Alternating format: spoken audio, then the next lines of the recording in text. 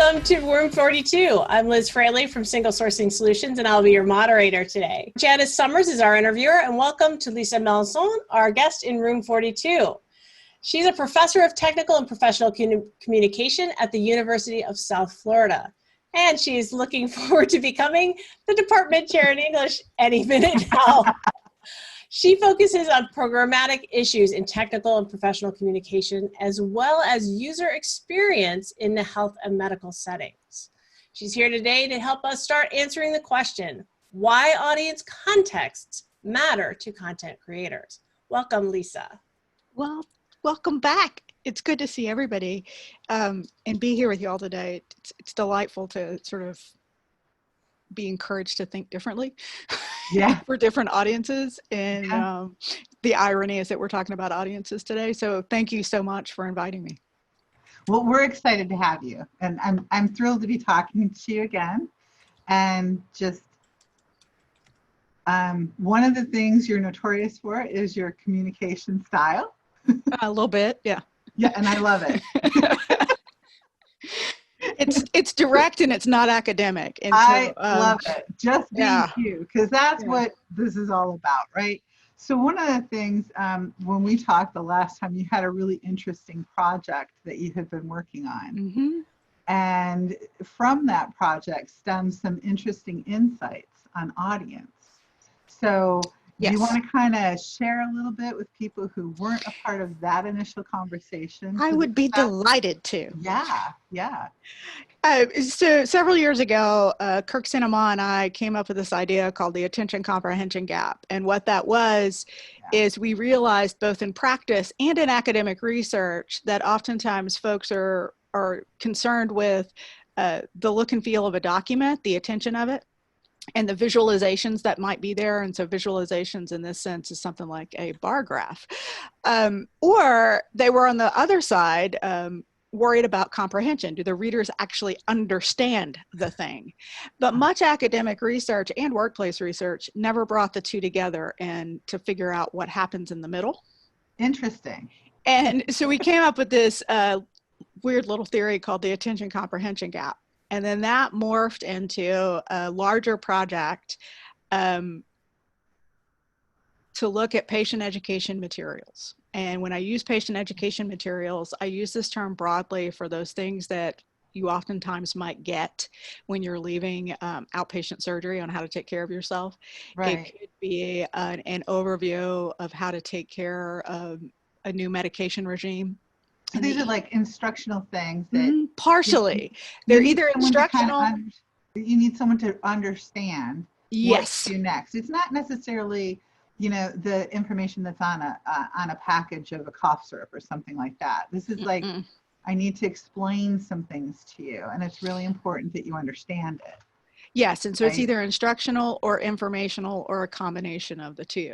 Okay. And so what we originally did at the University of Cincinnati, which is where I was before I moved to South Florida, we were approached by the health department on campus in coordination with the local health department in the city of Cincinnati to try to figure out a way to help young people, 18 to 25, understand information about sexually transmitted infections and diseases. Because unbeknownst to many people in the population probably is we have a massive rise of STIs in that age group. And this could be a direct result of a lot of things, but my working theory is a move away from very directed sexual education in high schools.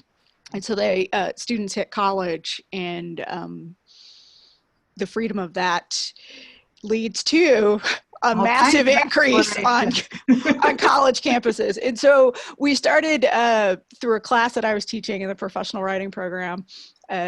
We tried to come up with an in-depth way to figure out audiences more than we typically do, and to create information about STIs for college-age students. And what we ended up doing is we learned from that project on several campuses two very important things.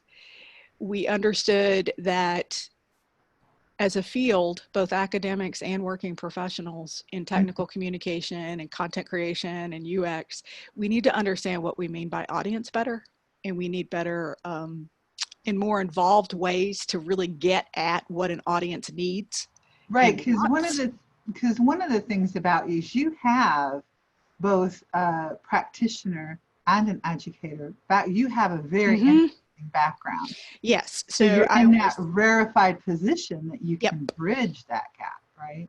I worked for almost 20 years before I got my PhD, and I still consult several times a year in very specific projects, so to keep my skills fresh in the world. So yes, it does give me the opportunity to sit in this kind of in-between spot and to help figure out how we can make academic research work better for practitioners. And what we learned about audience is that we need to do a better job of depth of audience analysis. And a lot of that depth of audience analysis is key to this other term that comes up a lot, context. And so as a technical writer or a content creator, we all know that we're writing to a specific audience for a specific purpose, right? Audience and purpose. Yeah, audience and purpose. If you don't, you should. Exactly. The number one thing, right? The number one question when you're sitting down to write, so who am I writing for? Because that's what you're supposed to be doing. That's what you're doing. Yeah.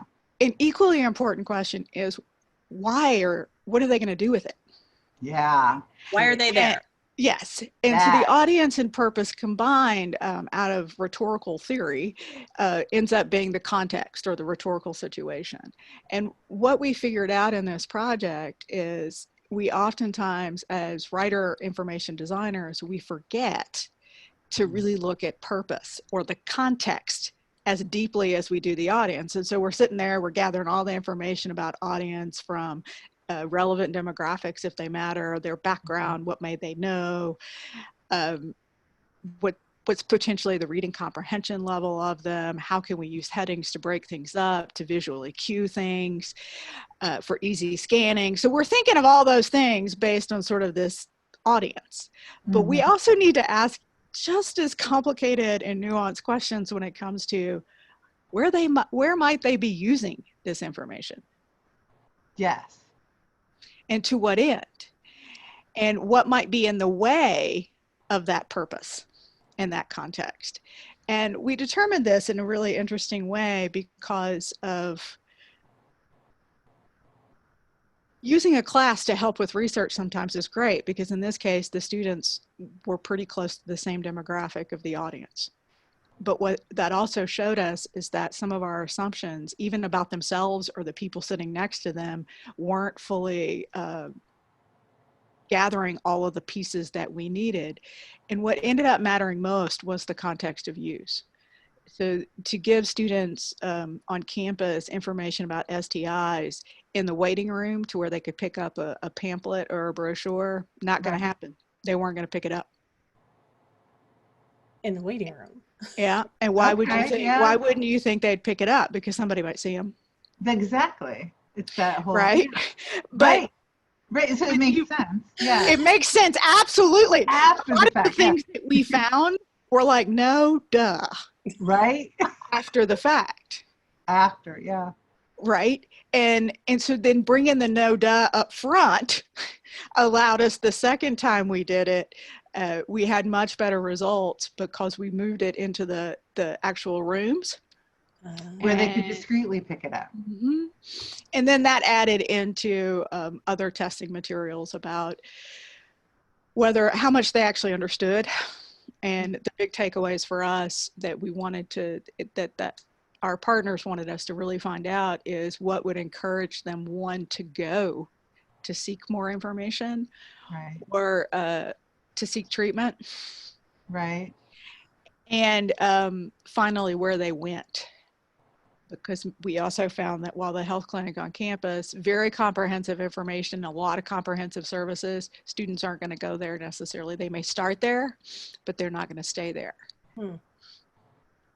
And all of those those parts about context and purpose came out as we were trying to figure out audience. And what that showed us from a research standpoint is that we really need better methods on how to do this and to be more aware in setting up the two parts together from the very beginning. And that has led, that led to a project to where we expanded kind of a heuristic on how to gather information around personas. And it also has led to this new sort of working theory called micro context, to where instead of thinking broadly about purpose, oh, we want to inform people. Well, we want to inform people where and for why. And bringing it further down to the micro level of the specific interaction, particularly in health and medical settings, you're really talking about specific interactions that are going to take place in a specific place. Right. And so that's kind of the big thing boiled way down. And the interesting thing about academic research that folks may or may not know is it's good and bad, in the sense that I would have never been able to do this kind of in-depth project with multiple iterations of testing and levels of research to where one informed the next.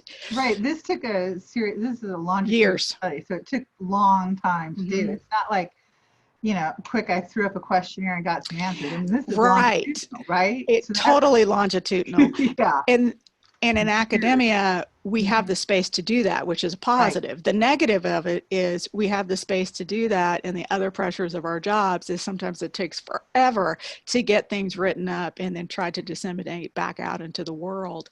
And that second part is what's really bogging us down right now, because we have a ton of data to write up that would inform and lay out, here's how you do these things. If you have this kind of project, here's how this in health and medical settings could switch over to content creation for almost anything.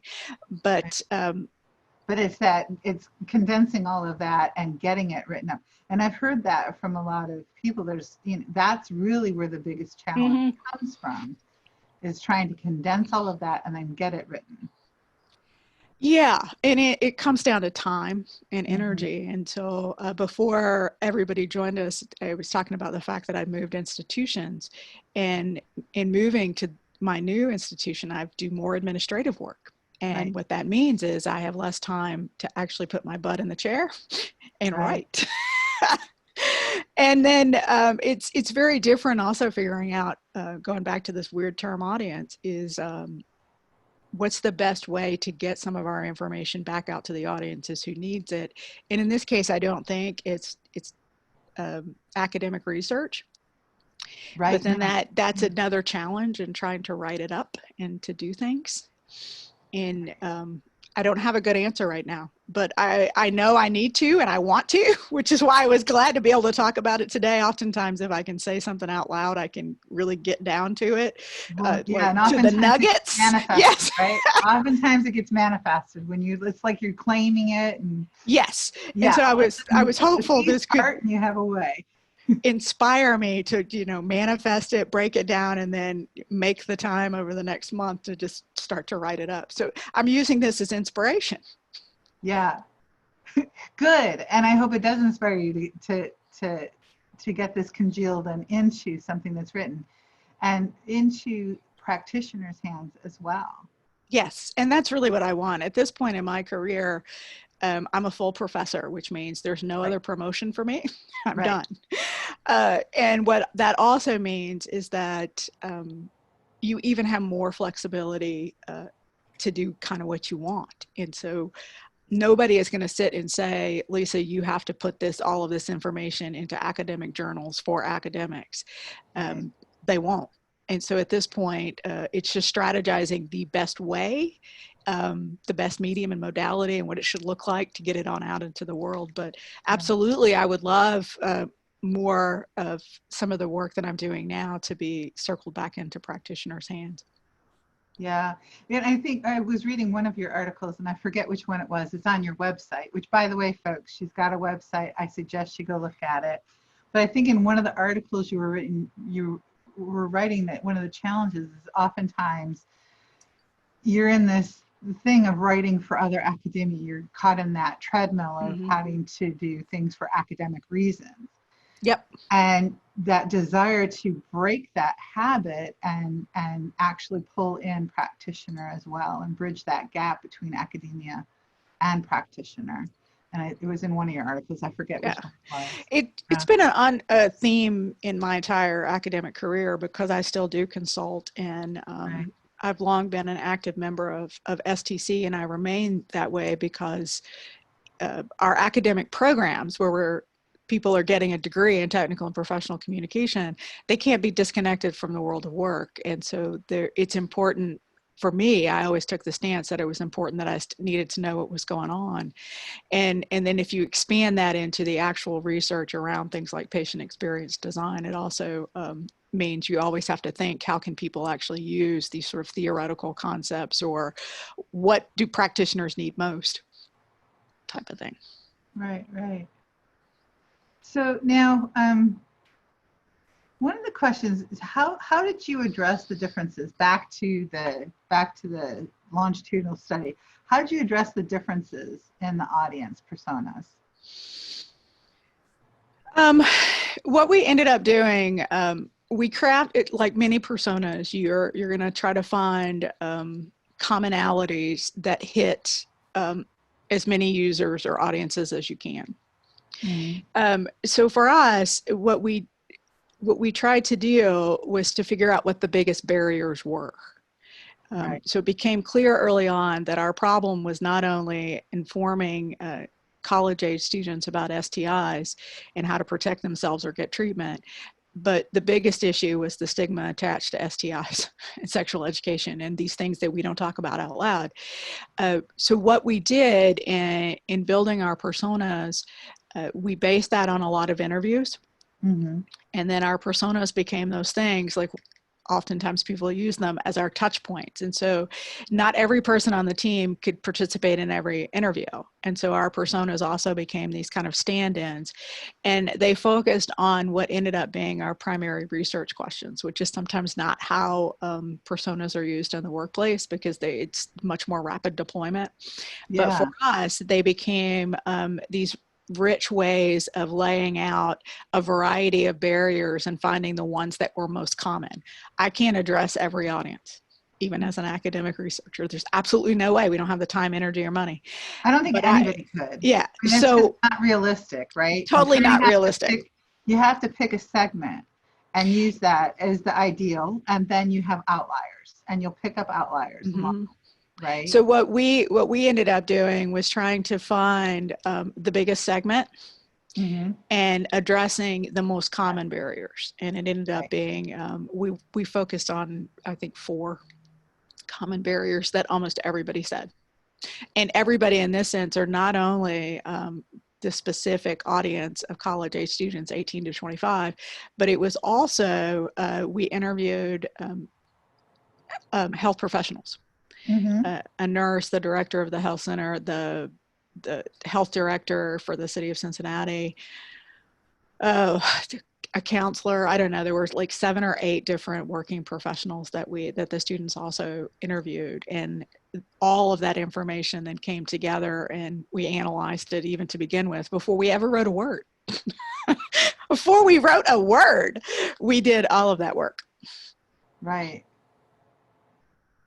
Yeah, and in the workplace, that's normally done kind of simultaneously. You're writing the words while you're doing it and editing. But in this sort of project, you can stretch it out so that you can start to get at some of that nuance and really push how we do things better. Right, right. So now, how did you measure the success at the back end of this, I guess? Like, was it the number of pamphlets picked up? Reduce sexual transmitted diseases? What was? In this case, it's an unsatisfactory answer, but I'm going to tell you. Okay. The folks at the health center on campus really appreciated the shift in the way information was delivered, like moving the pamphlets inside, but also updating them. And when we gave them the feedback from all of the different user tests, and so our measure of success was that they were satisfied. And that's because honest to goodness, right? we did it through a semester. And so for folks that don't know, a semester is typically 16 weeks. So 4 months, we went from you learning everything to doing a report to the to the health center on campus. We went a little into the summer. And so I ended up delivering everything in probably about the 4th week of the summer, but students ended up working an extra few weeks. Almost half the class did. And so they were satisfied, and that's how we did it. And I should probably follow up with them and see what's going on up there. And then we also delivered some of the same information to the city. And the city. Yeah. So it wasn't a great measure, but that sometimes also happens in academic research. It's more difficult to close the loop all the way around, because as a professor, I'm having to then plan the next course, which may not be able to continue the project. The students have half of that class graduated, if not over half. And then the others just went about their lives. And so that part is kind of not so great. And, but I mean, isn't that that's like reality though? Yes. Right. Because you're right. Nobody lives in a pristine clinical environment where everything is nice and closed, and packaged up nicely. I mean, a lot of times in world of the practitioner, it's okay, I've got less complaints, right? Yeah. Or, if you're really tracking, if you're doing online help, okay, I see they're clicking through where I expect them to go, right? I'm seeing the traffic is flowing the way it should flow. I see they're bouncing out where they're supposed to bounce out. So there's all these different things. It's like you're not going to necessarily always have the time to wrap things up nicely, because time is an issue, definitely in the practitioner's world, right? Yeah. And it's even an issue in your world, even though you can take a longer time. It's a different, it's a different emphasis of time. Yeah, as Michelle Sorey would say, it percolates differently. So you tried this study in one university, right? We did it at the University of Cincinnati. What led into part of the context issue was when we attempted to do it at another institution, and the students basically just shut down and refused to participate. Which is very interesting. Yeah.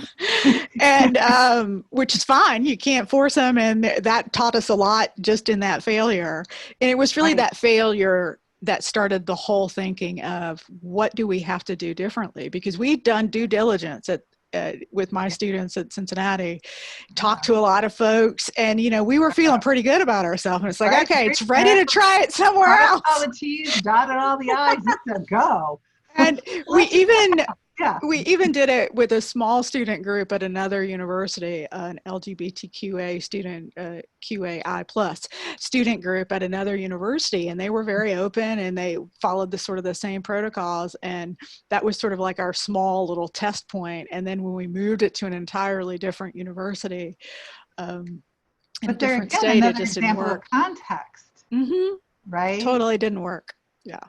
Well, but both of them, even the one that was very open and receptive and participative. Context, right? And that's why we started the whole idea of a micro context and thinking through all universities really aren't the same. Of course they're not.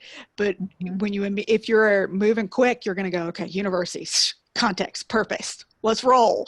Yeah, not necessarily. Right. So again, it's that taking everything into consideration. So, the location, the location of those people, and the cultural differences and the cultural norms are different in different areas. Yes, and this goes in to another big body of research about cultural factors of information and information design specifically, and then feeds directly into cognitive work around how we process information. Yeah.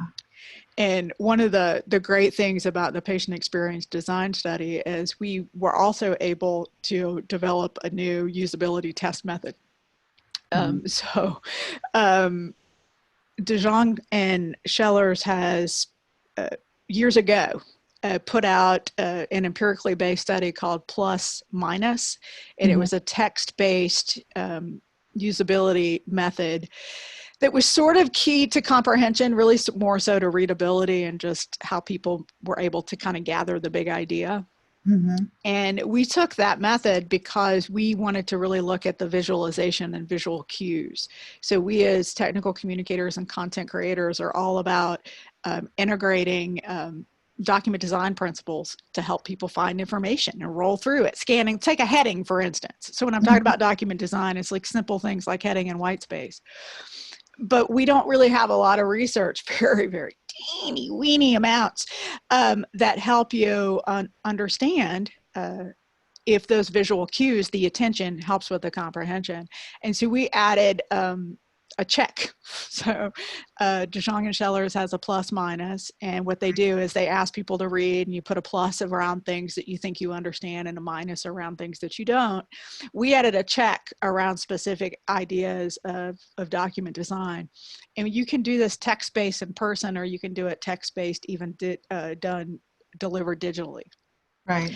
And then we also added a cognitive component called anti-priming. And so in cognitive theory, you can prime people to sort of look through, and it hits all of their prototypes and their existing scripts. This is Kirk St. Amand's big area. And so I'm not doing it justice at all. But what it means is that we all think and process information kind of the same way, and we start with things we already know. Mm-hmm. And so if you understand what they already know and you want people to learn something different, we posited this theory that if we upset that by going the opposite of priming, what happens? And what we found is that anti-priming kind of works too. And adding the check specific to document design and visual elements also works, particularly if you turn off. We have a pausing mechanism that Schellers and DeJong didn't do as well, but we ask readers to pause. And we change topics. We go from reading about STIs, and we also tested things around high blood pressure for the 55 plus audience at the same time. Anyway, we ask readers to stop, and they turn things over, or they turn off their machines, and then we just sit like we're doing a little small talk about the weather, whatever happens to be on their mind. That's the Monty Python effect, and now for something completely different. Yeah. Yeah. And what it does is it resets your brain. Yeah. And then we go back, and before they flip back and go back to the test, we ask what they remember and what they don't. And then that's recorded separately. And then we just keep moving through it. And so the plus minus check, and the way that we also turn things on and off. Right. Is a new sort of, it's a new usability method that's directly tied to cognition, and it works. So I can assure you that if it's done correctly, you're going to get information about what readers really understood from an attention and a comprehension standpoint. Nice. So I found one of their papers. It's from 98 IEEE Professional Communication Conference. That's the one? It's one of the ones, I have no doubt. I will get more links from you then after, and that's in your chat window. I will be happy to send them to you. Yeah. Because Menno has been great, Menno DeJong, when we ran into him actually at a recent IEEE conference 3 years ago, and we said, hey Menno, we're taking plus minus, and we've done something else with it. We've added a check, and we talked all the way through it. And it's always great to talk to people who've done research that you're building on. Yeah. And some of his insights that didn't end up being in published literature were very helpful in the way we set up our own study. Awesome. Yeah. And so that's the cool part of doing academic research, is finding the really, to have the aha moments, and particularly if you can work with students on some of these projects too, it's great to see how you're reading about those ideal situations. You know, you were talking about, Janice, we don't live in that ideal world, Right. But oftentimes in classes, you read about that, or here's how it would be perfect. And then students have to then figure out on their own when they hit the workplace, and it's like, oh, so these sorts of projects integrated into a class allow them immediately to put, quote, theory into practice and see the messy middle and how you navigate through that. Right, right. So one of the questions I have is like, because your study was over a long period of time. So how did things evolve? How did the context evolve or change, or did it over the time span? The context of the research or the context of the Both. Okay, so the context of the research has shifted in really those old school iterative ways. And so what ended up happening is we took whatever our results were first, and then we implemented them, and then we found out what happened. And in our case, we were pretty lucky to just be able to build. There were a couple of things that ended up getting pushed to the side. So the position of a caption, amazingly, initially in the first 2 small user tests we did, that seemed to bother people. And so we moved that shit around. And then the next thing, nobody cares. So that was just sort of pushed to the side. We quit worrying about where the hell the caption was. But other things are important, like the size of the headings, how close the visual was to where the explanation is in the text as to whether or not people remember it.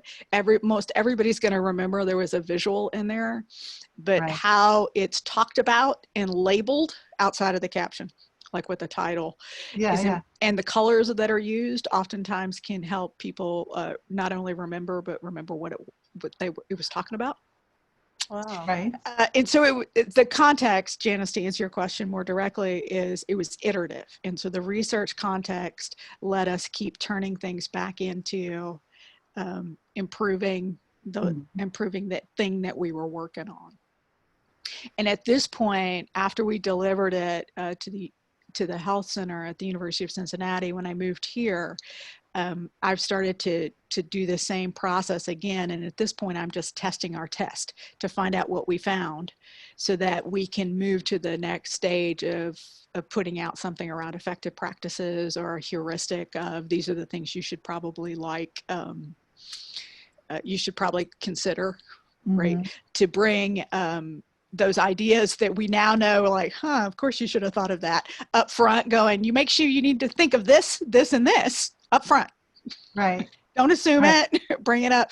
And so that's kind of how it's changed. And so what I've been working on here at South Florida is sort of just testing those initial results to make sure that they still hold so that then we can move to something around effective practices. Yeah. Cool. And it helped us, the other big change is just the audiences.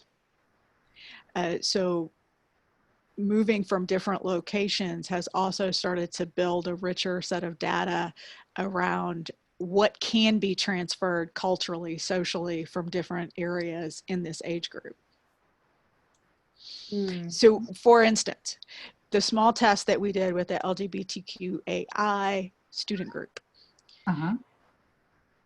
because many folks in that demographic have had to look very closely at their own identities, particularly their sexual identities. They are much more willing to have more explicit information given to them. Right. So again, this is one of those no duh moments. Of course, after you see all the results, it kind of makes sense. You can logically deduce that. Right.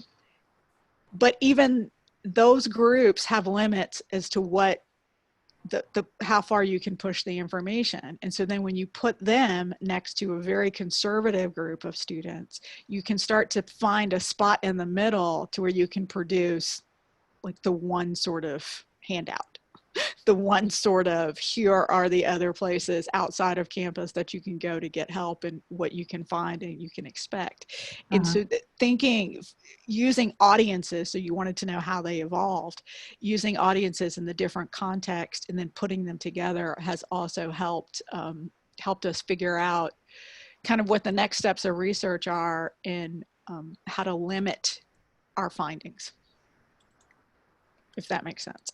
Yeah. Absolutely. What are you looking at for that? If we can get a little preview.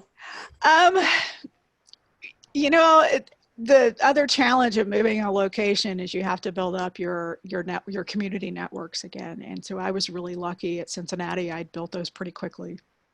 And here at South Florida, Tampa is huge, in case those of you don't know. Yeah, Tampa is big. really big. Yeah, it is really big. We were just out there not too And long so ago. I'm working now on building partnerships. And so there's a youth health clinic in Ybor that I'm trying to figure out how we can find a common ground. So one of my own personal stances is, while I think my research is cool and interesting, it doesn't have to be to everybody, right? And so while I think we could really help this particular organization, we have to find how we can do that in a mutually beneficial way. And so I'm building relationships right now. But when we did this just on campus with a small set of students, we've already gotten some interesting preliminary results about confirmation of some of the things that we've already found.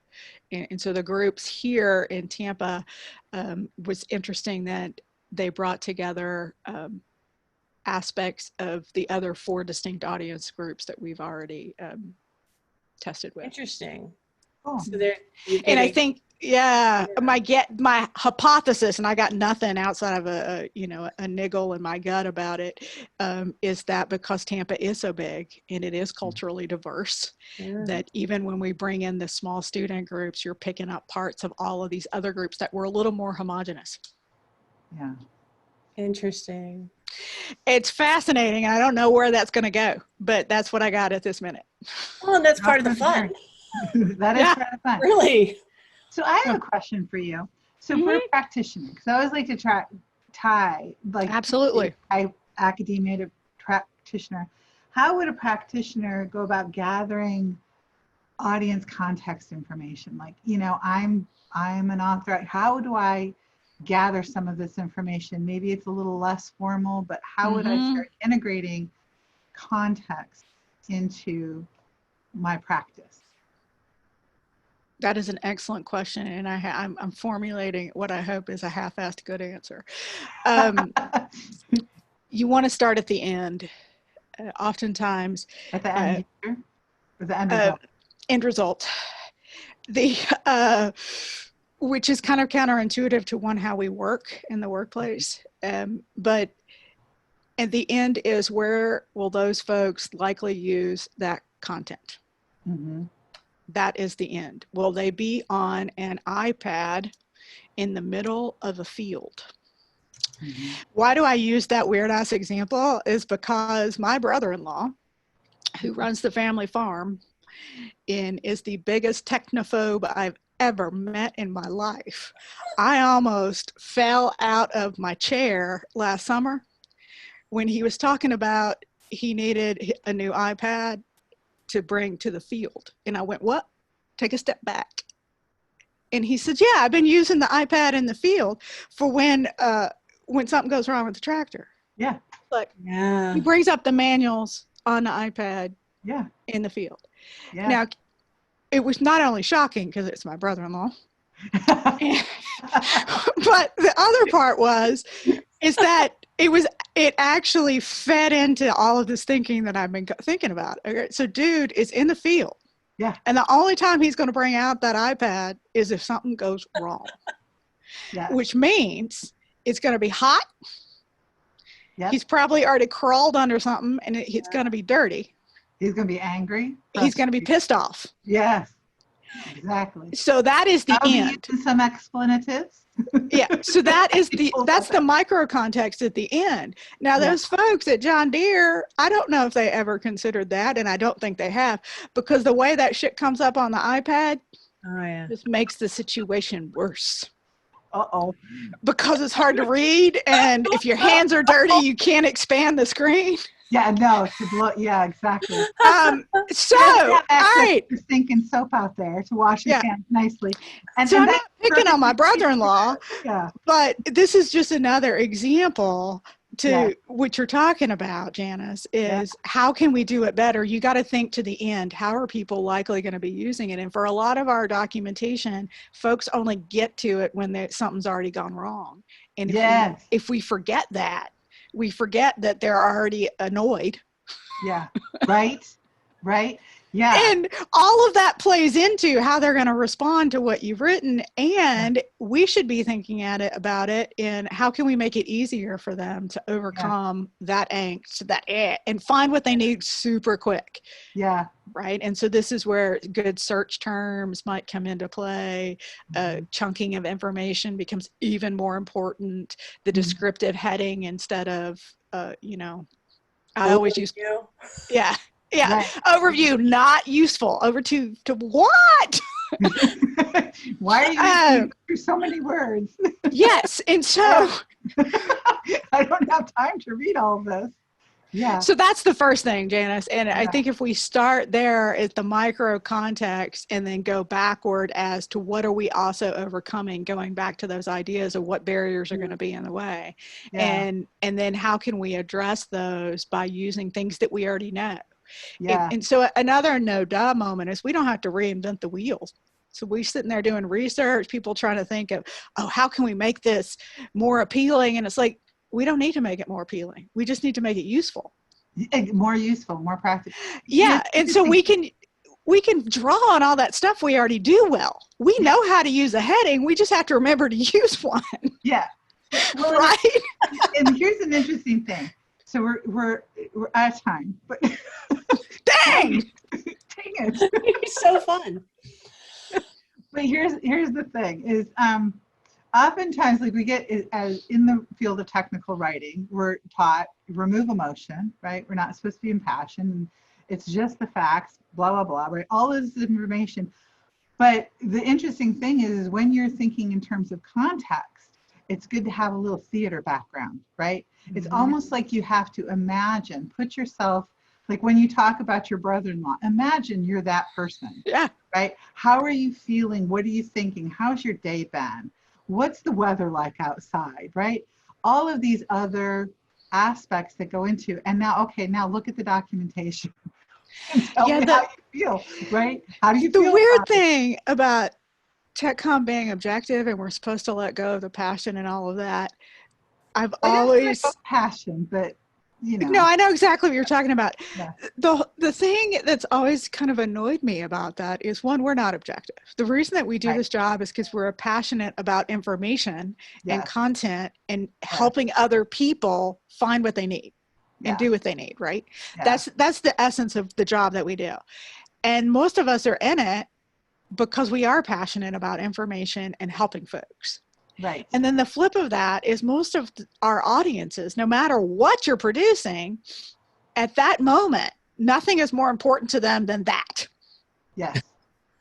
Yeah. Which is embedded with emotion and passion and all of the other stuff, and it's not objective. And so this whole notion that TechCom is like objective is horseshit from the get-go.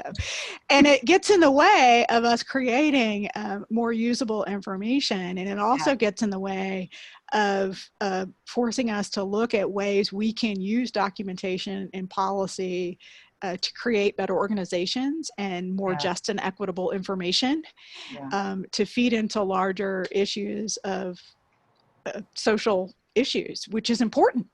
Yes. And, but I get it. It's one thing that I might end up doing right before I retire is to write some sort of manifesto about, it's all about emotion. Technical writing is passion. Damn it. Damn it. I like that. Technical writing is passion, passion. Damn it, exclamation point. Right? Gotta do the exclamation point. Mm-hmm. Oh my God, it's been so much fun talking to you.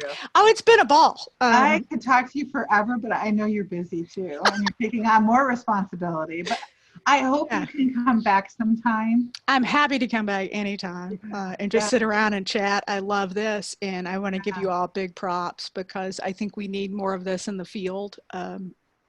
I use field here as the big TechCom UX content field. Yeah, we need more of the talking to just find out what folks are doing and what little nuggets are out there. And this has inspired me. I'm going to put up a blog with like 3 important points. Yes. I'm going to do it. Too. You got a website.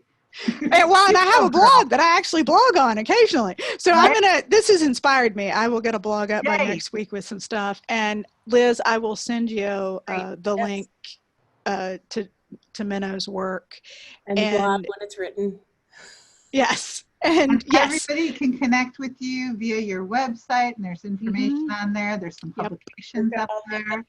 And Janice, the errors piece is now linked. Okay, good. Ooh, I want to see You that can download it. Yeah, I love that one because I'm notorious with the errors, just so you know. I drive lists. Calls them Easter eggs. You know, I explain to people it's Easter eggs that I leave for everybody so that they can find. It's PowerPoint slides. I'm like, really? You know, that piece right there started some heavy duty thinking for me as a program administrator, because I recognize that error, it still bothers a lot of people, and that people are viewed by it. And I get that we have a capitalistic complex, so to speak. How business is done is still based on pretty much standard colonial English. That came about for its all sorts of good and bad reasons, right? But when you think of a program administrator like myself, and I direct a program that teaches 5,000 students a year in a basic technical communication course, where's the line between helping them understand you have to do things right by these standards, and still acknowledging that these standards uphold things that may not necessarily need to be upheld? And so there's an implication in that article that's really been weighing on my mind. So I can't wait to read it, and I'm going.